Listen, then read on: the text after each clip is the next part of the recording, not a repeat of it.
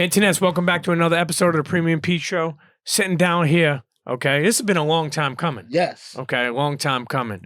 If you don't know him, you're going to learn today, okay? But if you do know him, you're going to learn a little bit more. One half of the legendary CNN, and I'm not talking about the news station, okay? That Capone-N-Noreaga, artist, entrepreneur, now a suburb guy, right? Yeah. Could you believe that? Went from Queens to the burbs. To the burbs, man. To the burbs. Anyway, listen, the one and only Capone. That's right. Make some noise. Yeah. Yo, what's up, baby? Man, nice to finally sit down with you. Been a long time coming. You know, we have a lot of mutual friends. More importantly, we share a lot of mutual journeys in life. Mm-hmm. You know, right off the bat, we were talking about just the times of being away. How special does that feel to be free and home? Even though somebody told me a long time ago you're never free. I'm free. You know why? Because the thing is, when people say that you're never free, those are the people that's basically institutionalized. Yes. Forget that. Stop saying that. I don't necessarily agree with that, because you're as free as you set your mind out to be. So I don't agree with that. But I do agree with that once you have a jacket, you have a jacket forever. Because paperwork. They talk about, you know, cases being expunged and this and that and stuff going off your record, but let you do some real shit. They bringing everything up. Yep, bringing it back. They bringing that shit up in a heartbeat. You do some felony shit. So you're free as you might want to be, but you're always gonna have a jacket once you get a jacket. When you think about it, it's funny because you have had one foot in the streets, one foot in the artist, in the music business. Which, by the way, do you love music but don't like the music business? Could we? Is that something that I like? I don't not like the music business, because to me the music business is just like street business. I just don't like the way people operate sometimes in the music business, knowing that it's not the street, so the artist is not going to take it but so far, so they fuck you. You know what I mean? In the street, they know they got shot, stabbed, killed, whatever. But at the end of the day, I love music. I love the business. I love the fact that you can become rich overnight. I love the fact that. But I don't like the fact that us as young black men to go from 0 to 60, meaning 0 to a lot of dollars real quick. Sure, and then crash. Yeah, you know. We tend to lose focus of the people that you're doing business with when they throw them numbers at you. You know, that's a great point. It's almost like basketball. I remember hearing Jay Williams, dude who used to play for the Bulls, got a motorcycle accident. Right now? You know, he spoke about how he went from college with like $232 in his account to every other week getting $162,000. Yeah. And it was like mind blowing. You know, when you think about it, you come from Queens, okay, born and raised, right? When you think about you already moving and grooving, I can relate and understand, but you already making money and hustling and doing whatever you had to do, right? The rap game, what did that look like to you at that time? Meaning, did it look like a way out of the streets? Did it look like as an extra way to make money? Did it look like what were you looking at it like at the time? At that time, it was feasible to me because I'm from Queensbridge. It's not like I'm just from Queens. I'm from a projects that was popping. You know, we had Mobb Deep, we had Nas, you know, we had the Juice Crew, we had a lot of things already coming from our hood. So I seen people that I've grown up with, that I grew up with, get record deals. Sure. Pop, and I'm like, if they could do it, I could do it. Like it's you know, it's like when Wu-Tang dropped, and all you had to do was say you was from Staten Island, and you'd have probably got a record deal. You know what I'm saying? Yeah. 9 times out of 10, if you'd have sounded anything like the Wu, you'd have got a record deal. What about Nas? Do you remember when he got signed? Did he get signed? When did y'all get signed? We got signed in 95. Okay, so that was after Nas. That was definitely after Nas. So do you remember when Nas got signed? Like, do you remember, like, because obviously it's funny you bring up that point. I didn't even think of it like that. You had a direct line to see that this shit is possible. Yeah. But did you was it believable that it's real, super real deal at that time? Like, was that not, because some of these deals early on weren't the best deals, Nah, but the thing was, at that time, like when Nas first got signed, I was in jail, so I wasn't there for the initial practices of Nas getting signed and all that. I came home in '93, end of '93, so we was going into Illmatic, we was going into the Infamous, so we was going in and when I say we, I mean my whole projects, because Sure. that was music for basically us. That was our music. That was our return. Sure. Because KRS-One and Shan had they beef. It was dope. But after their beef, the projects kind of fizzled a little bit. Sure. And then you got Nas getting deals. You got Mobb Deep getting deals. You got Screwball getting deals. Yep. You got a lot of people getting deals. And I'm on the outside looking in selling drugs. But I know I can rap, but I'm not trying to be a rapper. Well, also, and correct me if I'm wrong, it's like you're already making money. Forget how you're making it. It's like, it's hard to, for me, I'm speaking from me, so correct me if I'm wrong, but it was hard to go and focus on something that may have took a while to make money when I was already making money. Yeah. You know what I'm saying? And fast money is hard making slower money when you're making fast money. Like that to me, that's one of the hard. I'm glad I'm here, still here to this day. But I'll be honest with you, fast life is so hard to transition back to a legit person later on in life. Like adapting back to society when you come home from jail. I did things I didn't want to do this time to stay home. Cleaning carpets. Like my man had a carpet business. I was like, yo, I need a job. You know what I mean? Because parole was you need a job and things like that. But anyway, the point I'm making is, you think about it. When you were growing up, all these people are getting signed. Shan and KRS are going at it. You're locked up. You come home. Now, where'd you meet Nore? I met Nore in jail. Me and Nore met in jail when I was 15. He was about 13, was 14. Was that a juvenile? Yeah. Spofford? Yeah. You know what I mean? We didn't actually meet in Spofford. Let me tell you, let me give you a little back history. There you go. Let me give you a little back history how me and my brother are like fate. Like, it's fate brought us together, because sometimes it's like you embark on a journey in life not knowing that the person you're supposed to embark on a journey from is right around the corner. And with me and Nore, it was that way. I'm a year and a half older than him, almost 2 years older than him. So he was right on my footsteps and everything I was doing. The junior high school I went to and graduated from. When I graduated, he went to the junior high school. Fortunately, he met some people in the junior high school that I was with, which is my next door neighbor, LJ. Him and LJ got cool. LJ was telling him about me and, how I was cool and all that. So he said, yo, y'all got to meet. Unfortunately, we never met in the street, but we was on each other's heels. He started messing with all the people I was messing with from my block, Twin, LJ, all these dudes.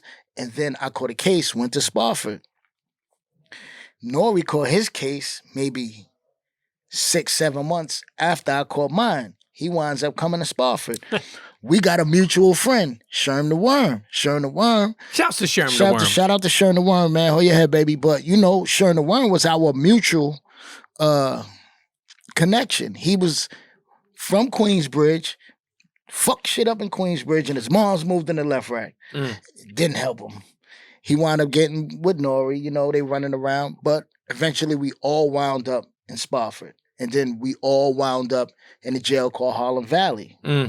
So we get to Harlem Valley, we're not together. Me and Sherm on one side of the jail, Nore's on another side of the jail. So Sherm like, yo, my man Poppy just got to the jail, y'all gotta meet, whatever. So I'm like, how the hell we gonna see him? He on the other side of the jail. Crazy thing was, I was playing basketball at the time. And the house I was playing basketball for won the championship for my side of the jail. Nore's house won the championship for his side of the jail. So naturally, we got to play each Championship game. Championship game. That was the day we met. And we went to each other. He was like, yo, you Cayenne, right? I'm like, yeah, you Poppy, right? Yeah, oh, shit. Well, you don't play no deal with me. I don't play no deal on you. And we going to check each other. And I had like 35. He had like 32. And that was the beginning of a brotherhood, a Yo, history. break down for people who may not know how thorough jail ball is. Jail basketball. Jail basketball is gladiator school basketball. Like it's no like only thing that was good with us, we was playing tournament basketball Copy. at that time. But when it's rec time and you go into the yard for rec and this is no referee and there's no whistles, you don't want to play that basketball. I don't even think Michael Jordan could have survived that basketball. You know what I mean? That's the basketball where you coming back in the dorm and your knees is scraped up. You know, your elbows is crazy because you know y'all balling. That's the ball I like. Yeah, you know what I mean? There's no ref, no whistle. No ref, no whistle, no subs, nothing. You got to play ball. You know, how many people did you come across when you were away? Like, you know, obviously we just heard the story of when you and Noreaga met. Mm-hmm. You know, who else did you see when you were away that either you knew or even later on in the, you know, planting your years in the music business and becoming who you are? Yeah.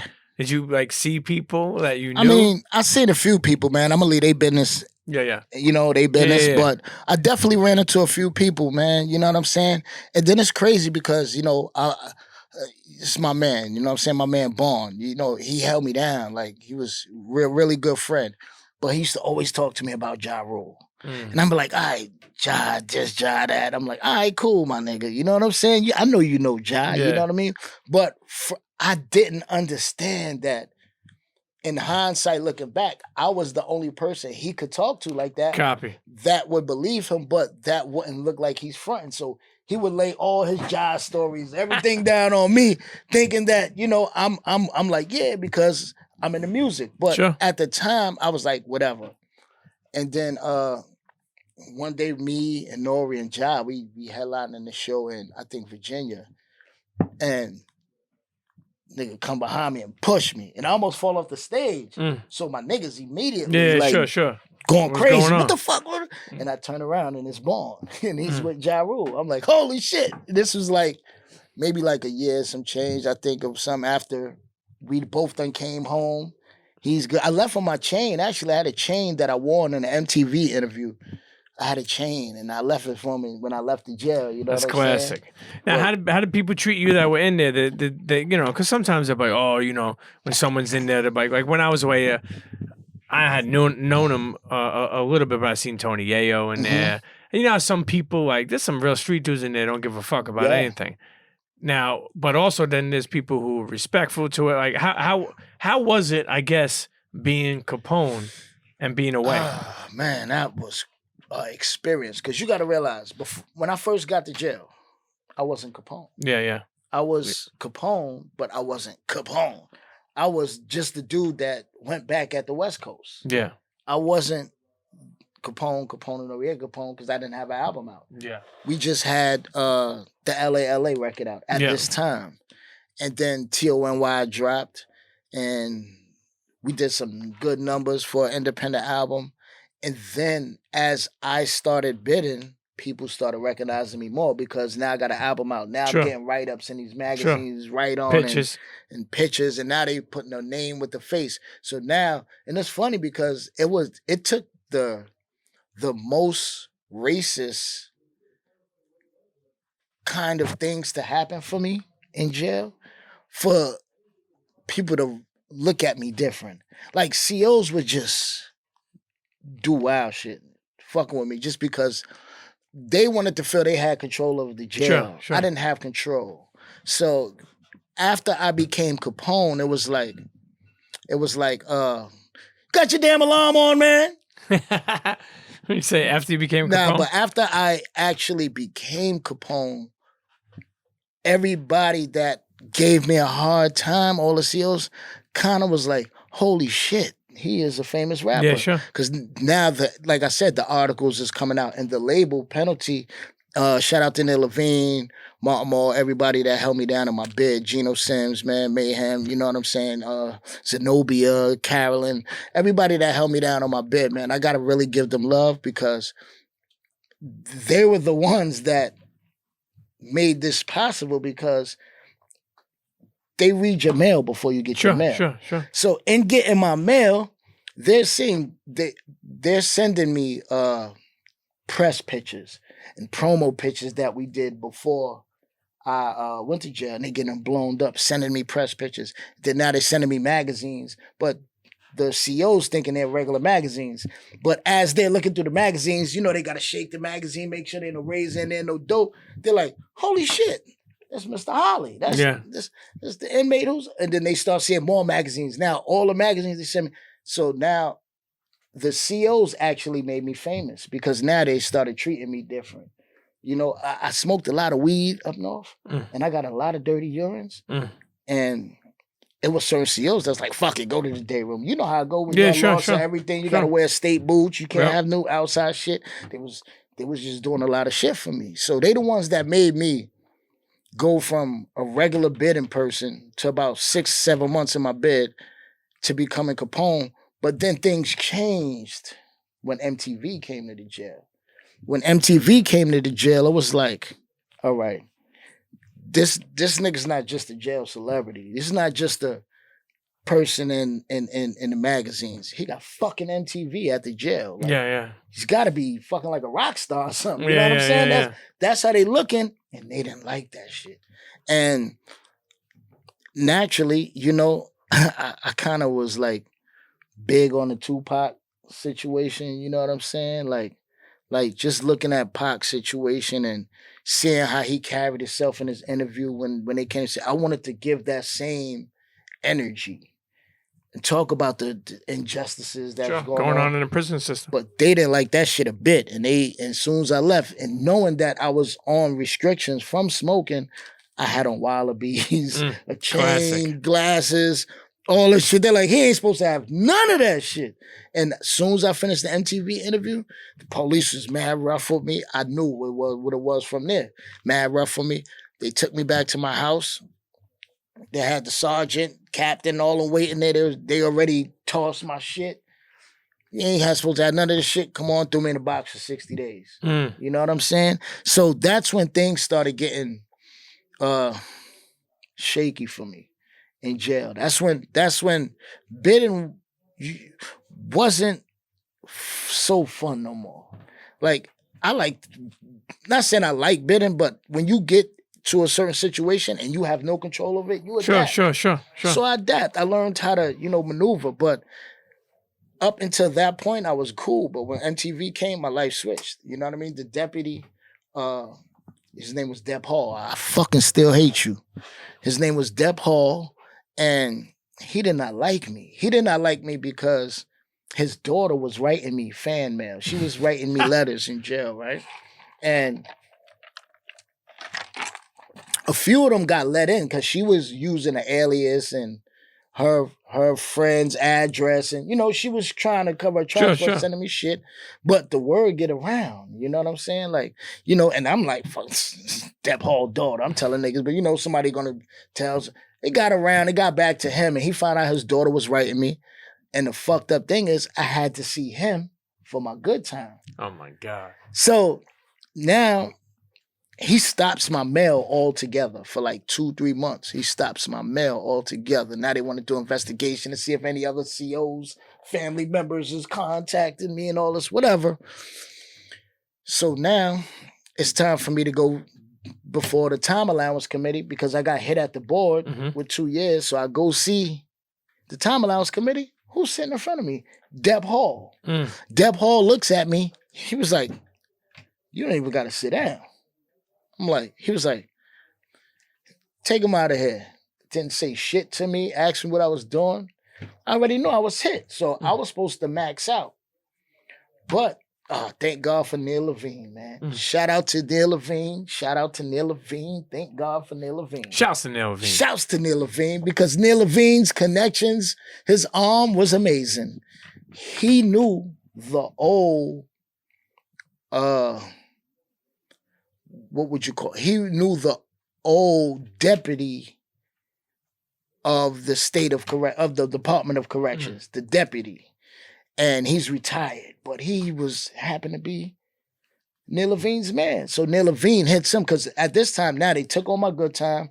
So now I got another year to do. So now I'm pissed off because we already set up. Like I'm like, yeah, I'll be home in 40 days because I'm going to my second board. Sure. This is not my first board. This is my second, not even my second board. This is a time allowance. This is because they maxed me out. I only had a 1.5 to 3. So the most I could do was 3 years. So I went to the board in a 1.5 years. They hit me with 2 years. And then I got to go see this motherfucker, Deb Hall. So he takes my good time. Neil Levine knows the deputy of state, the ex-deputy of state.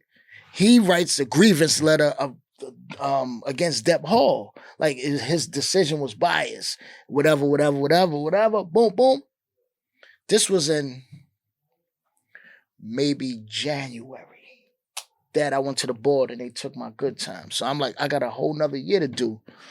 So I'm like, fuck it. I'm pissed off. I'm chain smoking. I'm mad. Like, cause I'm thinking I'm going home in like 40 days. And sure enough, Neil Levine used his arm and they woke me up one day and was like, you got to go down to see the, I forgot what they call it, but it's the person you go see to before you go home to make sure your address. Yeah. You know what I'm talking about? I know what you're talking about. I forgot, yeah. I forgot, like the counselor, guidance counselor, whatever. I'm like, for what? Like, they're like, I don't know. I get down there. So the guidance counselor like, yo, so yeah, you'll be going home in 20 days. I'm like, wait, what? 20 days from right now? Like, yeah, 20 days. Your address is good. Everything. Just want to say, take care of yourself out there. I'm like, excuse me. And the label didn't even know. They didn't know the results. They sent the results to me. So this was about around the time where War Report dropped?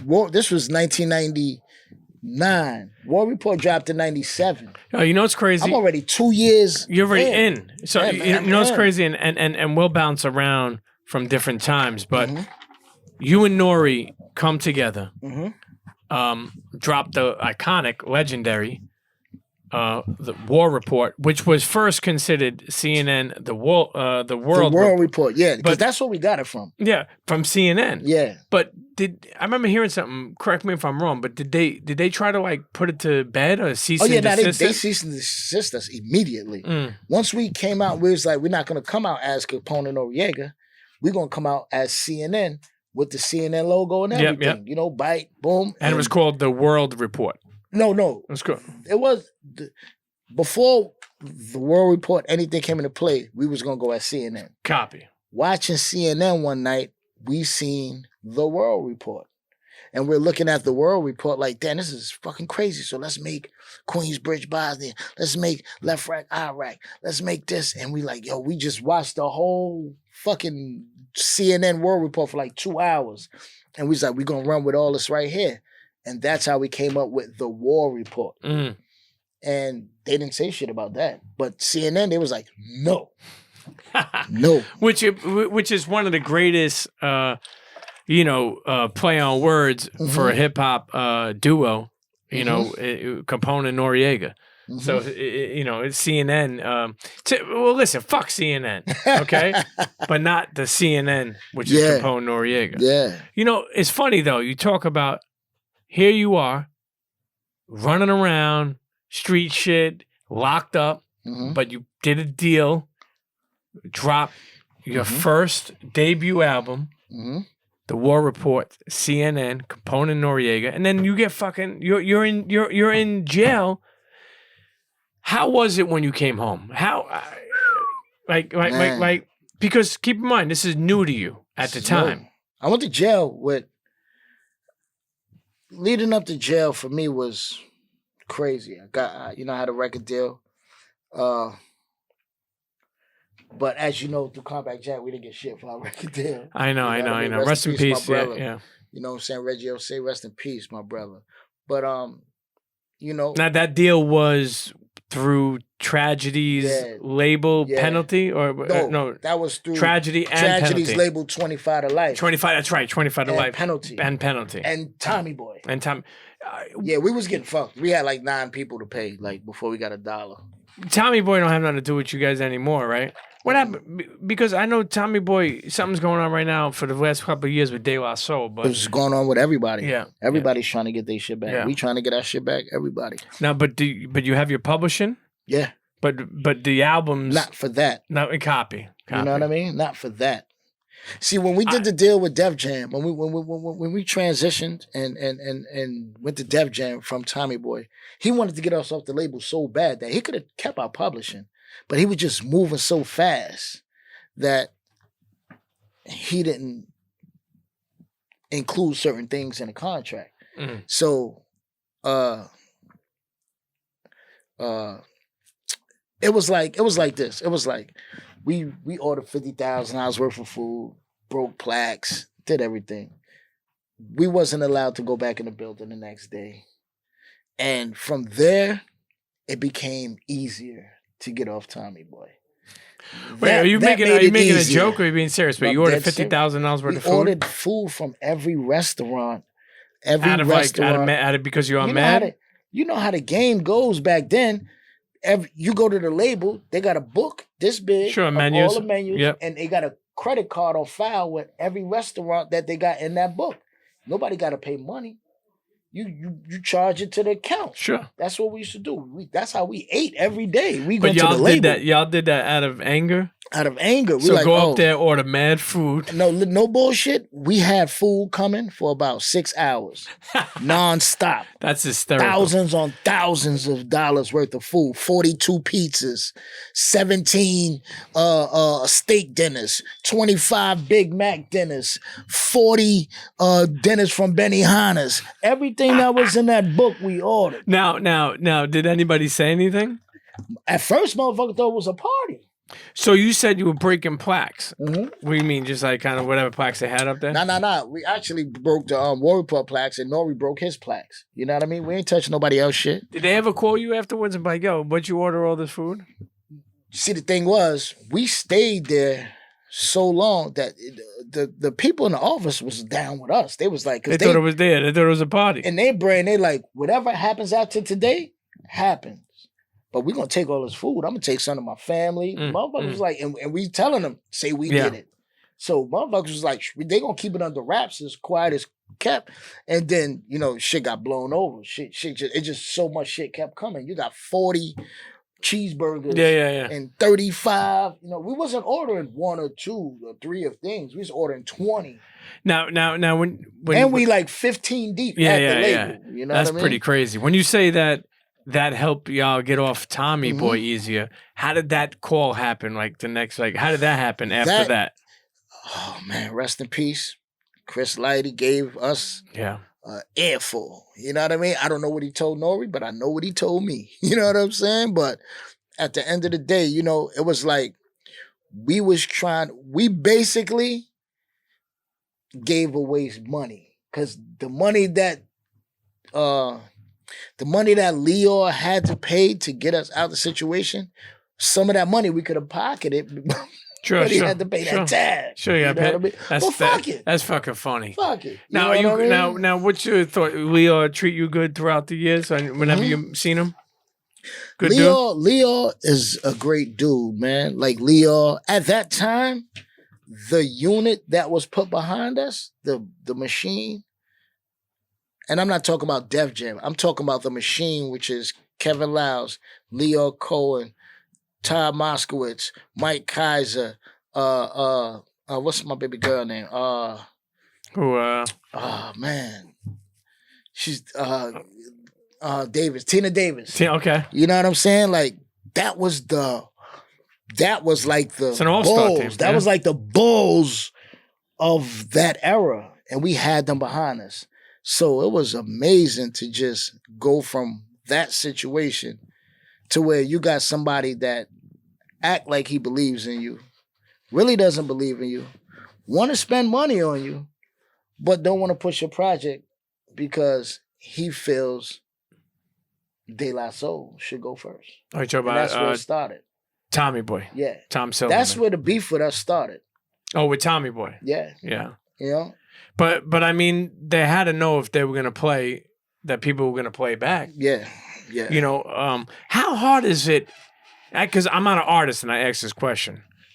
But growing up in Brooklyn, growing up in Queens, especially around that time, how hard was it to like keep your composure and not get street on a motherfucker when shit like that happens? Because corporate, I still have. I became better, but I still have corporate problems. Like meaning, like I just don't like the stuffy.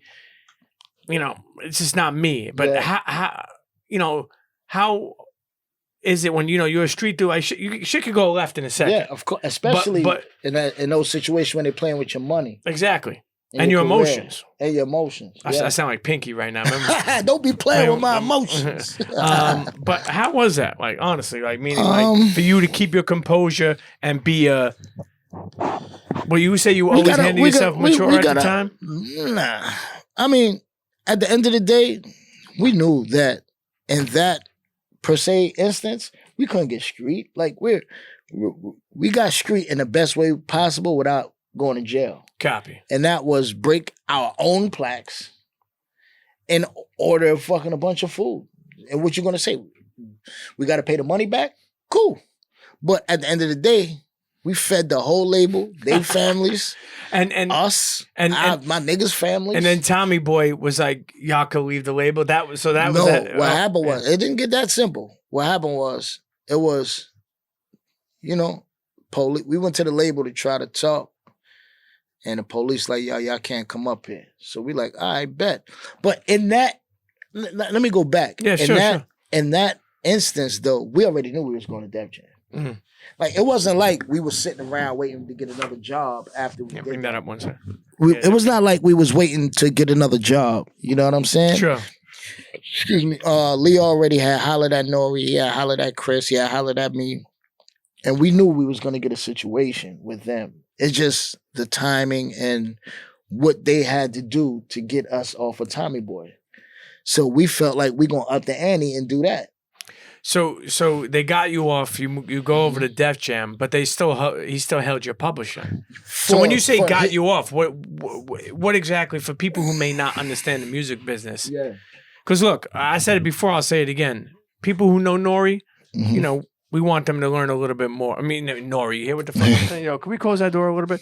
People that know Capone, they're going to learn a little bit more. People who don't know, I want them to learn. When you say get off the label of Tommy Boy, does that just mean that you don't have no affiliation, but they still keep your publishing? I go, this music shit is weird, man.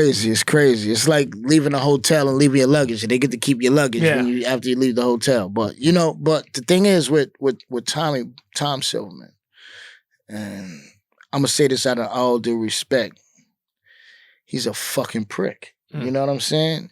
But the thing about it is, he's a smart prick. You know what I'm saying? I'm not gonna say he didn't know what he was doing. It's just the fact that he didn't want the headache. You gotta realize we was the only gangster group on Tommy Boy at that time that was relevant, not say relevant, but was in the moment. Was moving. In the moment. Yeah, it was moving and shaking. You know what I'm saying? Moving and shaking. And let me go back a little bit. We had a dinner. We had a dinner at Mr. Chow's. This is what got us to Tommy Boy. Remember, we was penalty Tommy Boy. We had a dinner, and Tom Silverman said, where y'all want to eat? We said, we go to Mr. Chow's. We get to Mr. Chow's. Queen Latifah is at Mr. Chow's. So she said, her history with Tom Silverman. Yeah. So she's sitting there, and she's giving me a Nori to look, like, with the eyes, like, watch him. Like, she's giving us the eyes, like, you know what I'm saying? So she's giving us the eyes, and me and Nori sitting there, and we like, all right, sis, we got you. You know what I'm saying? We're going to watch this nigga. So he starts talking, and he's like, yeah, I'm dissolving penalty. I'm like, what? Like, mind you, and what makes it the time worse is that we're in transitioning of we just finished the album. We had plays and play at penalty that we supposed to be doing. He like, no, I want to push the album back, and I want to personally be in charge. And I'm like, all right, but where does Neil Levine? Because all we know is Neil.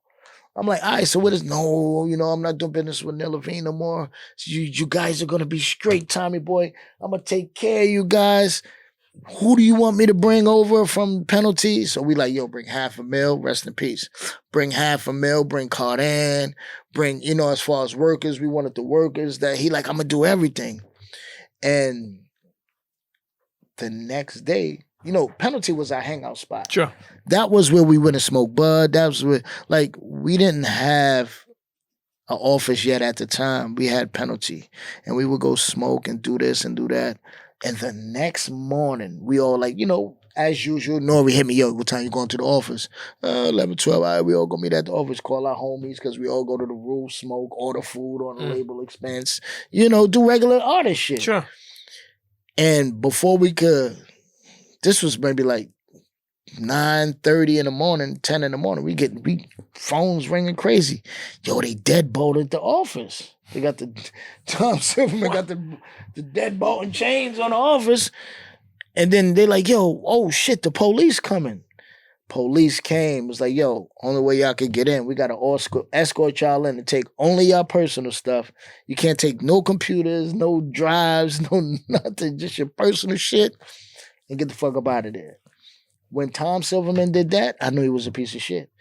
So now, not only that, we have no choice. Chris Lighty said, I'm going to get you some M's. Play ball. All right, we'll play ball. We'll play ball. He gave us the bag. But it was like that bag came with consequences. You know what I'm saying? It came with a price. So now, fast forward, he don't bring nobody from... That you asked for, from penalty. $500,000 wound up going to the Essence. Rest in peace. It was a lot of things. Capone-N career wasn't the same. It was a lot of things that I'm like, damn, like all you had to do was bring them artists. Tommy Boy could have looked crazy. Sure. But it looked crazy. He just wanted us. He just wanted his cash cows. He just wanted us. So when we get to Tommy Boy, we like, all right, we gotta you gonna push the album back? All right, cool. We like, cool, give us more time to do shit. Then we started getting these deals for clothing and shit and all types of shit. But when it came time for the date that he said we was going, not when it came time, but when it came time to start the marketing play for the album, he like, we're gonna go with De La Soul. Really? What? I just came home from jail. We hot. Mind you, and we're hot. I'm like, yo. Nori just dropped the album. We got records out. We got set. We on like 3 different soundtracks. We on clothing ads. No disrespect to De La Soul, because those are my brothers. But at that time, we had a bigger wave. Sure. We had a bigger wave, and I think Tom Silverman made his bed with De La Soul, and he had to lay in it. Because he probably promised them some shit before he even embarked on getting us, then got us, and then no. Even, I swear to you not, if somebody from De La Soul see this, even De La was like, nah, let's see and then go. Because we didn't have no beef with De La. It was not like we seen them at the label and just because they was going before us, like it was still love amongst us, but it was like, yo, these niggas, it's crazy. So they let De La go first. Didn't work out for them how they wanted to work out because they was going through their shit with Tom Silverman. Sure. Then he tried to rush our shit. Like, when he seen it didn't work. When he seen it didn't work for them. Yeah. Now all of a sudden, you ready for us to go now? Nah, we ain't ready. Oh, well, you gotta go. We're gonna put it out anyway. Oh, word? So he put the album out. We did like 120,000 records the first week. And I remember this day clear as fuck. The day the numbers came in. We was on Star and Buck Wild show on High 97. And we keep circling. We waiting for the numbers to come out. And Star's like, yo, man, I don't know what the fuck's going on with CNN, but I do not want to be around these guys right now. He's talking on the air, so the numbers come back in. We like, all right, but we thinking we're going to do like 200, 250, just because of the momentum. But we knew that what they put into the album wasn't. So, it didn't work. It didn't work. And then that was it for us. That was the last straw. You only brought 2 people who we wanted as far as workers. You didn't bring none of the artists, and we was fed up. Also, correct me if I'm wrong, but who did the Madden? Aren't you? There's like a Madden deal, like right, where songs were licensed on Madden, right? Wasn't the War Report on Madden or something was on Madden? I feel like somebody played. Not sure. Hold on, I feel like there was one. When you say soundtracks, what soundtracks were they on? Shit, we was on In Too Deep. Mm-hmm.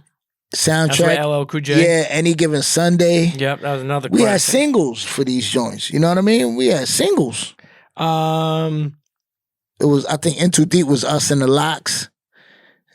Yeah, I actually thought there was one on Madden, but maybe I'm wrong. But I had, I had some mad video games, but like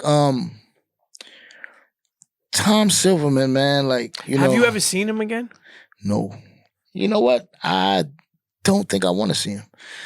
I respect him as a man. I respect him for giving us a shot for, what he's did for the culture. But that's all I do respect. You know what I'm saying? We don't have to have a relationship. We don't have to be cool. We don't have to be cordial. Yeah. Because at this moment, we want the War Report and reunion back. Yeah. We should get it. It's 20 years plus.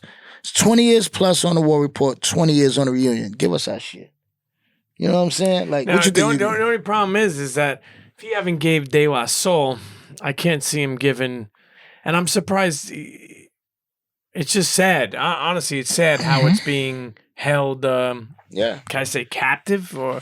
So, it's like he kind of kidnapped this shit. And he may say like, it just really shows how terrible the music business is. It's a contract clause that gives them the right. Yeah. To hold your shit. It's terrible for music. It's terrible. You know what? Let's take a quick break. Yes. Sitting here with the one and only.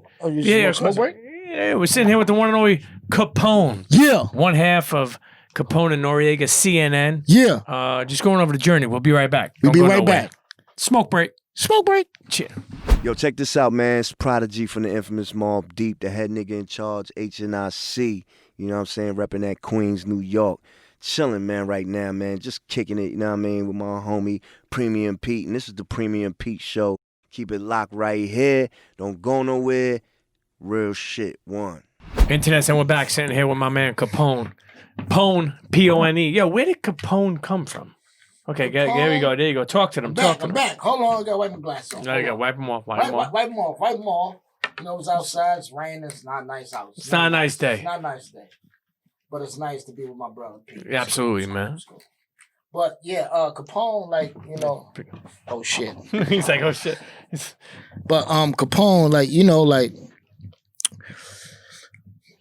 I could say like probably the mid 90s, everybody started going with like the mob names. Yep. You know what I'm saying? Everybody's name was Gambino something, Luciano, Capone, and I think at that time I was like Caponed out. You know what I mean? I liked everything about Capone, and my DJ name was Kai Capone. Then Black Poet gave me the name DJ Slice. Was it influenced by Al Capone? Yeah, definitely. Shouts out. Rest in peace. Rest in peace, Alphonse Capone. Yeah. You know? Salute the gangster, you know what I mean? I know he ain't even probably like niggas. But guess what? We liked him. You know what I'm saying? So it's all good. When you think about Capone-N-Noreaga, was that the first name that came up? Was there ever something else? Nah. What about Capone? Was there ever something else with Capone? Sometimes artists will have like different handles they were going to go with. Nah. Straight, so it's always just been Capone. Because I went with what I was already being called. I was already being called Kai Capone. I was being just called Kai Capone from just the neighborhood. You know what I mean? I put work in. Yeah. Allegedly. Allegedly, I did a few things. But, Nori liked Noreaga, you know what I mean? And that's who he related to. And we went with CNN, Capone-N-Noreaga. From being somebody who is real, and when I say real, like a real street dude that, like, look, okay, you had some bumps in the road. You know what I'm saying? Like, we all had. Okay, maybe some of y'all didn't. It's okay. That's why some of us will do it for you so you don't have to do it. How special is that when you're going through the shit you've been through, but then you're on stage and people word for word are singing your lyrics. Like there had to be moments where you were on like stages where you had to be taken back or impressed or like overwhelmed. You know, do you remember those moments? Of course. Like, let me tell you something, man. I love the U.S. I love performing in the U.S. But go to Europe, and that should have changed your life. That should have changed your outlook on your input in hip hop. Some people just, they never toured the U.S. because they don't like to fly or they don't like to do this. They ain't toured Europe because they don't like to do those certain things. But the first time they say fuck it and go, they never come back. Like look at Mos Def. Yeah. Look at Busy B. Yeah. Look at it's a lot of artists right now that are European residents. And they love hip hop with know this. You ready? Yeah. They don't preface, Capone, no dick riding. I really fuck with you. That's us. That's New York, where you almost got to preface before you give somebody their flowers. Yeah. Europe and overseas shows, them motherfuckers love. It's different. They love, and they're not afraid to show it. They're not afraid to show up, show out, and they'll be sitting there spitting every single lyric. That you'll be in Italy and people will be spitting lyrics, and you'll be like, "Yo, what the hell's going on here?" We performed in Budapest, and they sung the whole War Report album, word for word, because we started doing records, right? And then they start requesting records. So we like, damn, shit, we don't even know the words to this shit. We like, fuck it, we're going to test the waters. Throw the record on, they're singing the words to the songs. We like, fuck it, we singing the words we do know. And we going in with them. But then when the show is over, they don't speak no English.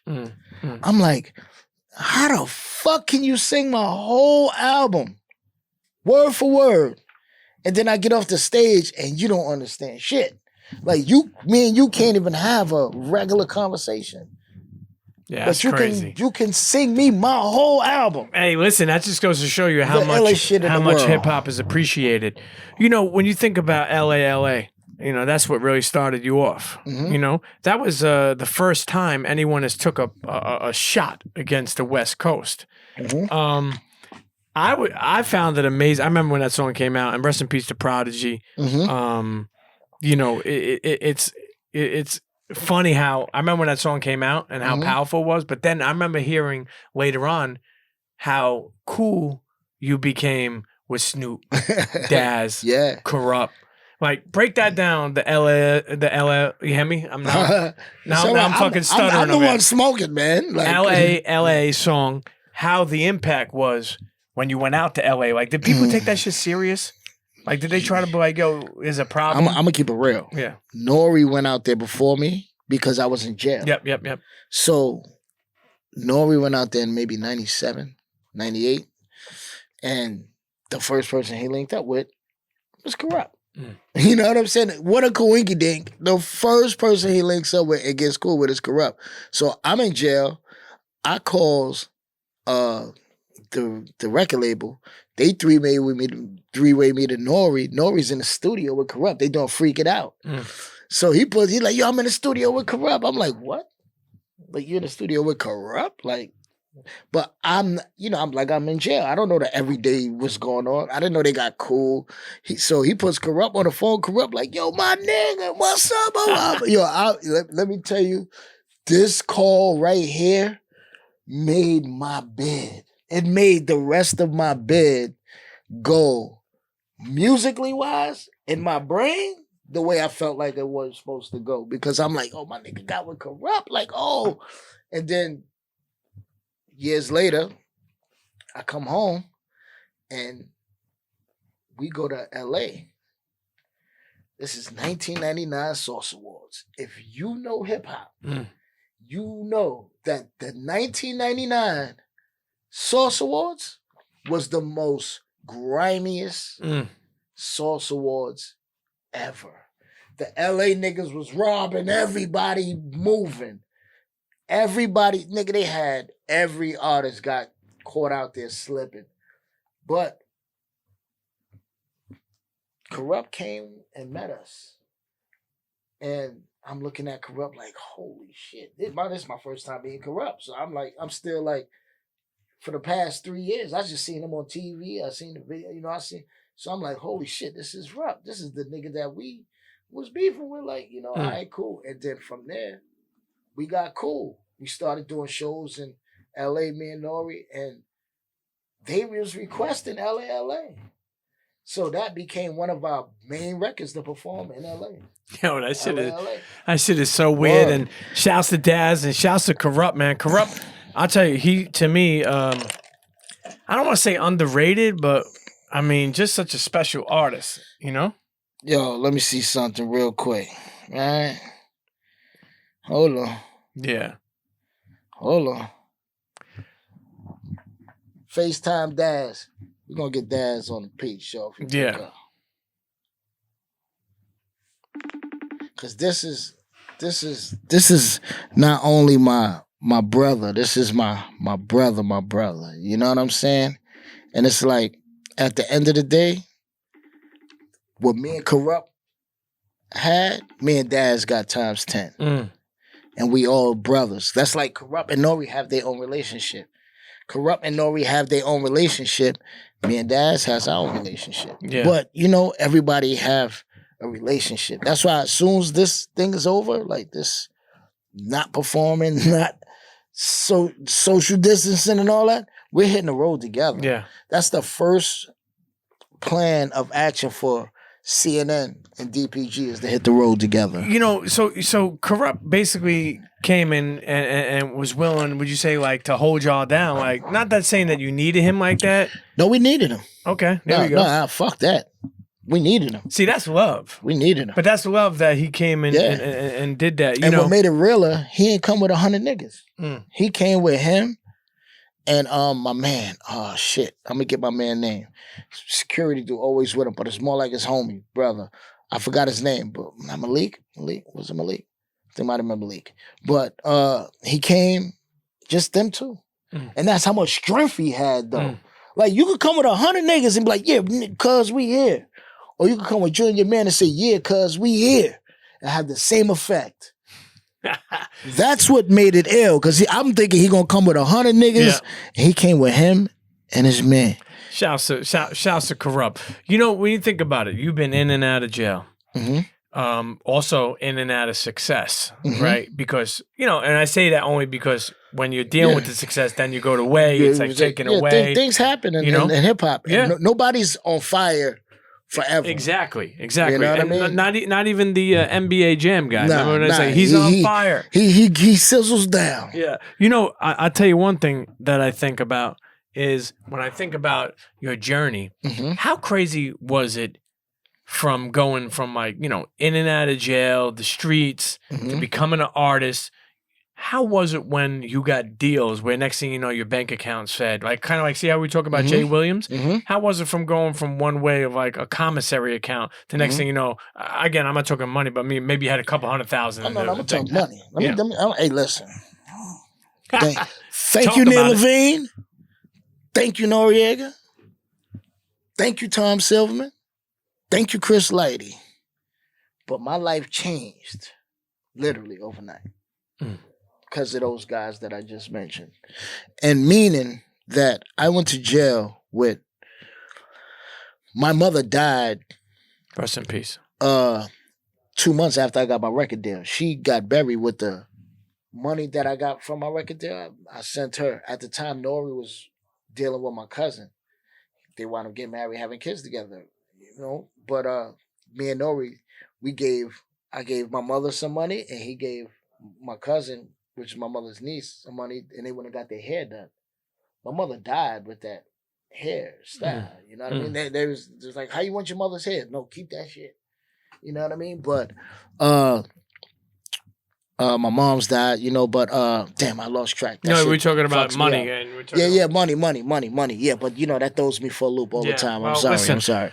But I went to, when my mother died, my mother was a smart black woman. She made sure she had life insurance. She made sure she had health insurance.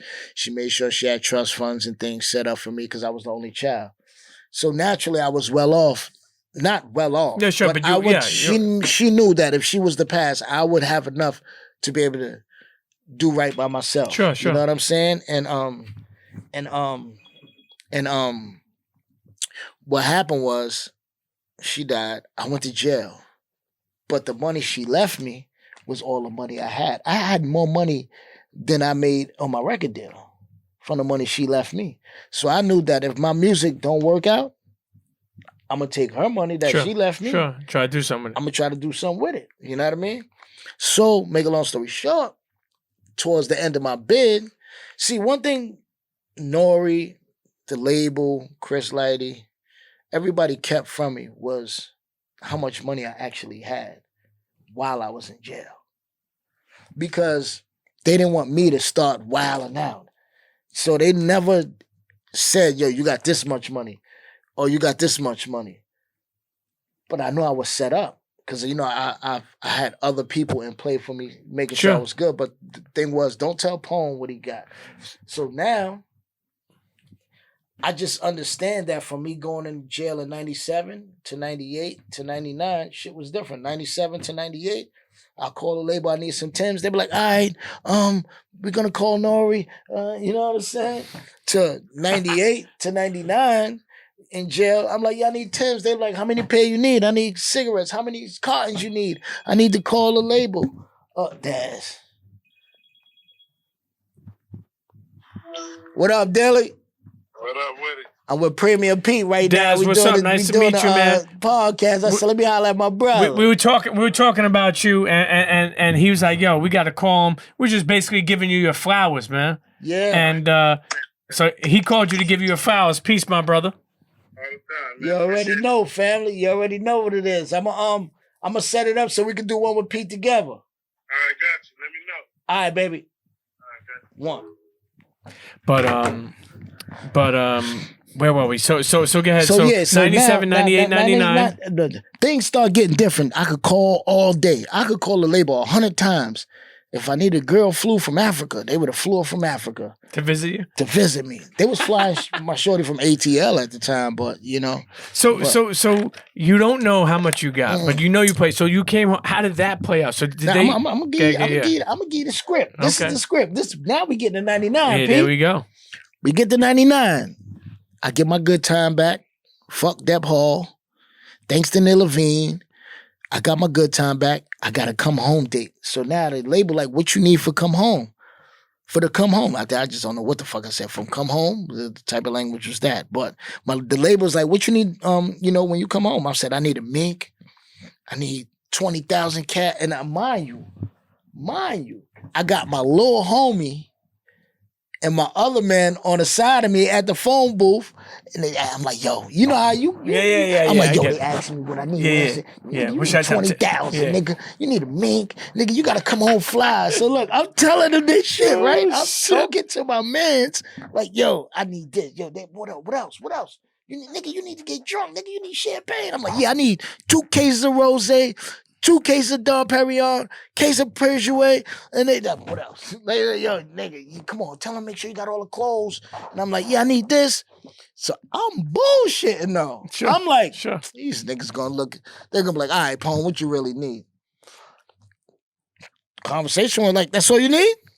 Yeah. Oh no, hold up. Pone, you should get a tour bus. I need everybody to come up in a tour bus to get me with a limousine full of bitches. That's it? Yeah. So the label like, cool. So now, I skipped a part. I said I need a red Lexus coupe. Remember the SCs? Yeah, SC430. I need a red Lexus coupe. And I swear to my mama, I need a red Lexus coupe. Geno Sims can vouch for all this because Geno Sims the one that took the call. Sure. You know? So I'm like, I need a red Lexus coupe. So I'm like, yeah, nigga. So my nigga's like, yeah, son, you gonna be right. Oh, jail shit. So my date comes closer. Boom. My date comes. And I called Nori and them maybe like right before the phones went out, like 9 o'clock. He like, yeah, we're gonna leave because I was 8 hours from away from the city. He like, yeah, we're gonna leave like 1 in the morning. We're gonna be up there or 5 or 12, whatever. So I'm like, all right, bet. So the next morning come, nigga tries to kill herself in my house. So now they got the whole jail on lockdown. So now I'm like, wait, not on the day I gotta go home. Oh like, my what? God. So now they got the whole jail. All you hear is where through the whole fucking jail. I'm like, all right, bet. Nah, cannot be happening. So You now, pick that up one side. oh shit. It's all good. So now the COs is like, Mr. Holly. I'm like, yeah. They was like, get your shit together. You know where you going? I'm like, oh shit, yeah. So the boom, they take you down to the holding cells. Boom.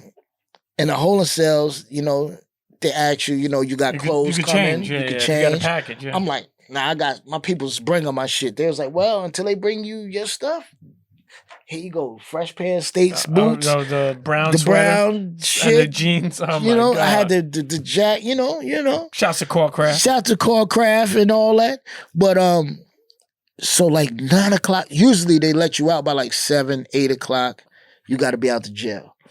It's already 9 o'clock, 9:30, nothing. And I can't call them now, you know what I mean? So I'm like, oh my God. So now the fucking COs is clowning me. Ain't nobody coming for you, man. I'm like, yo, they coming. I'm telling you. Now 10 o'clock come. They like, yo, 5 more minutes. We're going to kick you out the jail. Like, we can't hold you no more. We're going to kick you out. They can't hold me no more. So Go they're ahead. like, yo, we're going to kick you out. We're going to take you to the bus station. You're going to go home and have the rest of your life. And no bullshit. As soon as he finished what he was saying, a fucking CO comes running in. Holy shit, it's a tour bus out there with this guy's face on it and a limousine following it. Mind you, I knew they was coming. Yeah. And the COs couldn't believe it. They start running outside, and this shit is any nigga that come on from Wyoming could tell you this story. And this shit was like, it was heaven sent, because the COs didn't believe me for shit. And then they go outside, so there's like, yo, oh my God, there's like you really are a superstar. I got the limousine with the girls, and I got the tour bus. So now the COs is like, so now they like, yo, now they got to do their job. So now they're like, you know, Nori comes in, and Uncle Wise comes in, Left comes in, and they bring my clothes. So now, but they bringing boxes. So I'm like, the CO's like, what the fuck you need all this shit for? Just put on some shit and get the fuck out of here. So I'm going through. I'm like, I gotta look fly. Sure. Come on, because I know I got the cameras and everything outside waiting for me. So I'm like, nah, I gotta put some shit on. So Nori brings me the mink with the mink hat. I throw that shit on. I throw some Fat Farm shit on, and I walk out the door. And I got the footage on my shit. I walk out the door and I'm like, oh, I'm hugging everybody. I look, I see the limo, see the chicks in the limo. I'm like, yeah, go on the tour bus. All this shit documented. Go on the tour bus. Got fucking 20,000 cash, 3 cases of champagne, a pound of weed. Fucking, it was crazy. That's when I knew shit was real. But then what made it realer, when I got off the bus, and I seen Nori GS motherfucking Lex. And I'm like, and then they was like, look. And then they had the red SC Lex for me. I said, I got a couple $. But what made it real, I didn't have nowhere to live. I had a Lexus, but no address. I had to stay at a hotel for 3 months. Fuck. I stayed at the Crown Plaza Midtown Manhattan for 3 months. Holy shit. And then you found the place? Then I found a place. I wound up going to the Galaxy on Boulevard East. You know? You know, all these years you've been on a journey. And along with your fellow brother, the one they call Noreaga. It's been great to see his journey evolve and him transition. I'm proud of what he, has done. I don't know how many people ask you this, but, it's like, I love for people to hear their flowers. And sometimes, when we're cool with people, you're like, oh, no, I love you, Yeah. But you don't get a chance, like, wait, all these years looking back to today, like, and I'm sure every brothers have their moments, right? Of course, hell yeah. We definitely have a lot of them. But if you had to say about Nori, as someone's asking you, like, what, you know, your feelings on, like, or the love you have for him or the moment, what would you say? Shit. Let me tell you something, man. Me and this brother, love, is, I think, probably the best thing that ever happened to me in my life. For one, I'm the only child. I'm an only child. So, you know, I have no brothers, no sisters. So, people out here call each other brothers and sisters. Yo, you my brother all day. Sure. But literally, it's like my mama had him. You know what I mean? And the thing about it is, she showed that when she was alive. He had the green light to do whatever he wanted in my house. And I just want people to realize that no matter what me and him go through, one thing that's for certain, two things for sure. If I need a kidney tomorrow, his sons could give it to me. His daughter could give it to me because that's my blood. So no matter how much we fight the music, we're never going to get to the point where you don't realize that we are blood. And that's what we are. That's what we are. We fight, we fuss, but you see a lot of groups break up, they don't mend. Sure. That shit is it's not mendable because they have no history or they have no connection except for that music, except for that bond they share the music. No, this is different. His mama gonna call me when I'm doing something wrong. Sure. My grandmama gonna call him. Like, this is family. So no matter how much we fight or go through in music, we always gonna, yo, what's up, my nigga? What we having Thanksgiving? You know what I'm saying? Yeah, we might not talk while we passing the turkey, but we're gonna be together. That's a special bond, man. It's different. It's different. A lot of people don't got that. A lot of artists don't got that bond with they partners. See, we could fight. We could say the most wildest shit about each other, but our grandmoms and our mom and his mother and my father and things of these natures are gonna correct us. You know, as we wind this episode down, I know shouts to Dave. First of all, this right here, right here, yeah, with the camo, with the gum bottom, yeah, with that Capone in the back. Do you see that on there? Yeah, with the front that says nope, that says the reunion. Okay.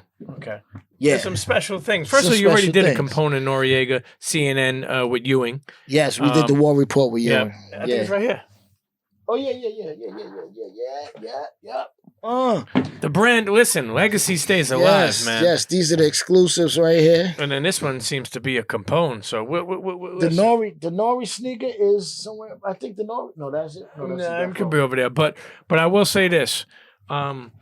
As we wind down this episode, I got a couple last things for you. Yes, sir.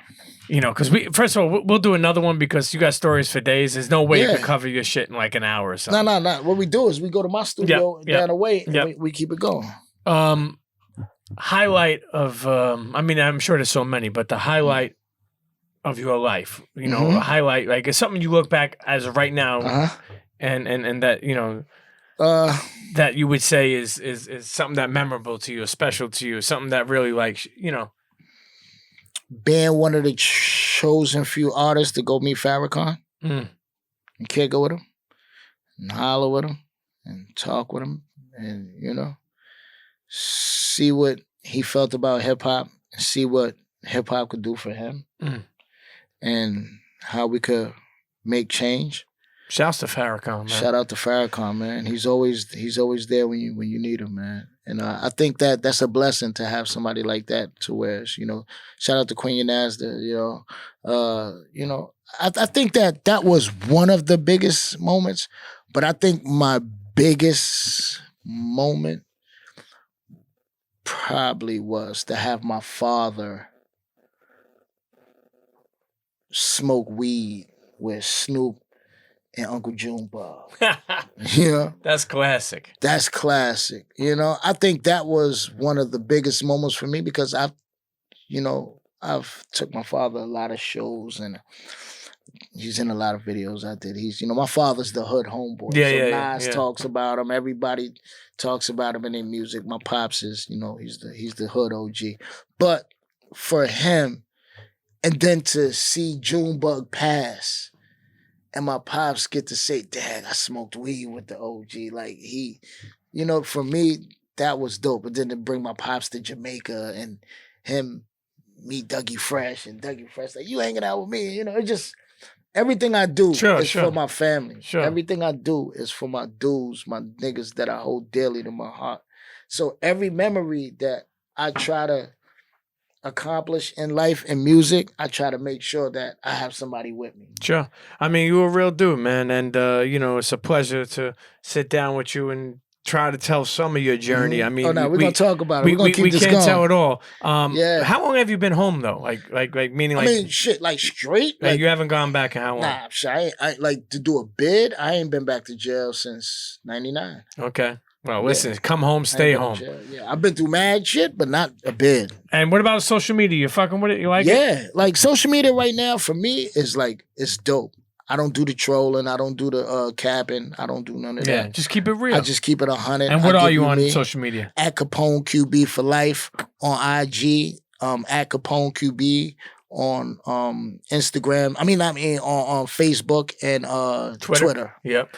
Listen, internets, make sure you connect with Capone. Oh, you hear me? Internets, make sure you would think that the fucking smoke that you smoke came over on me. It got me all fucked up. Internets, listen, okay?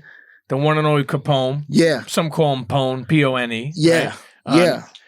Yeah. One half of the legendary CNN. Yeah. Not that news channel. And now I'm in the new group, C&D. Yeah. Capone and Dillinger. So you got CNN, then you got C&D.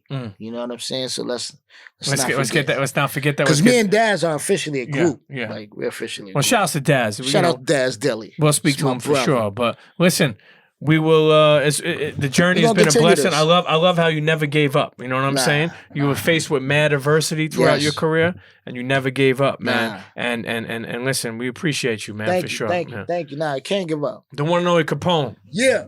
Peace. This is part 1. Yeah, absolutely.